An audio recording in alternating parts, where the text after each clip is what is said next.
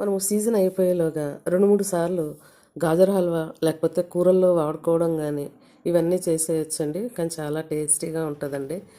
1 kilo gajar తీసుకున్నాం అనుకోండి, వాటిని పీల్ చేసేసి చక్కగా ఇలా తురిమి పెట్టేసుకోవాలండి. ఈ తురుమును 3 టేబుల్ స్పూన్ల నెయ్యిలోన వేయించుకోవాలండి. నేను ఇక్కడ నాన్ స్టిక్ ప్యాన్ తీసుకున్నాను, దాంట్లో వేసుకున్నానండి. ఎందుకంటే త్వరగా మాడిపోదనమాట, బాగా నీట్గా ఈవెన్గా వేగుతుంది.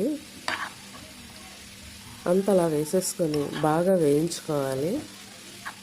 ఎప్పుడు బయట నుంచే స్వీట్స్ తెచ్చుకోకుండా అప్పుడప్పుడు ఇలా మనము ఇంట్లో కూడా చేస్తూ ఉండాలండి. చూడండి, అక్కడ కొంచెం వేగిన తర్వాత ఒక 2 నిమిషాలు మూత పెట్టి 2 నిమిషాల తర్వాత మూత తీసి బాగా కలపాలండి. మనము పక్కన స్టవ్ మీద పాలు బాగా మరగబెట్టుకోవాలి. కిలో గాజర్కి 1/2 లీటర్ పాలు అయితే సరిపోతాయండి. ఫుల్ క్రీమ్ మిల్క్ని తీసుకోండి. బాగా మరగబెట్టాలండి, కొంచెం దగ్గరగా అవ్వాలి. బాగా మరిగిన పాలను మనము ఈ గాజర్లో వేసి బాగా ఉడికించుకోవాలి. ఇందులో 200 గ్రామ్స్ పచ్చికోవా కూడా వేసుకోవచ్చండి. నేను ఆ రోజు తీసుకురాలేదు, కానీ మీరు వీలైతే మాత్రం మీరు వేసుకోండి, ఇంకా టేస్ట్ పెరుగుతుంది. అలా పాలన్నీ ఎగిరిపోతాయండి దాంట్లో ఉడికిపోయి. తర్వాత మనకు పాలు కనిపించవన్నమాట. అప్పుడు మనము ఒక 1/2 కిలో వరకు షుగర్ వేసుకోవాలి. వేసుకొని బాగా కలిపేసి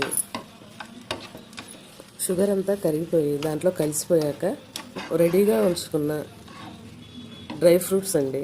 ఈ డ్రై ఫ్రూట్స్ కూడా బాదము, జీడిపప్పు 2 తీసుకున్నాను. చిన్న ముక్కలుగా కట్ చేసుకోవాలండి.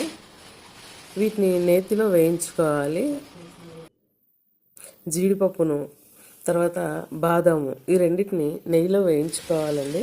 కొంచెం నెయ్యి ఎక్కువగానే వేసి వేయించుకోండి, ఎందుకంటే ఆ నెయ్యితో పాటు మనం ఈ డ్రై ఫ్రూట్స్ని కూడా ఈ గాజర్ పైన వేసేస్తే అక్కడితో మనం చేసుకున్న స్వీట్ రెడీ అయిపోయినట్టే. కానీ చాలా బాగుంటుందండి. ఎవరైనా సరే ఒకసారి ట్రై చేయండి. ఈ సీజన్లో దొరుకుతుంది కాబట్టి, కరెక్ట్ ఈ సీజన్లో వచ్చే పండగల టైంలో 2 రోజుల ముందు ఈ స్వీట్ చేసుకుంటే 4 రోజులు హాయిగా తినేయొచ్చండి.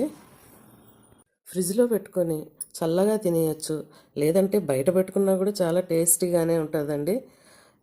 చాలా రుచిగా ఉంటుందండి గాజర్ హల్వా.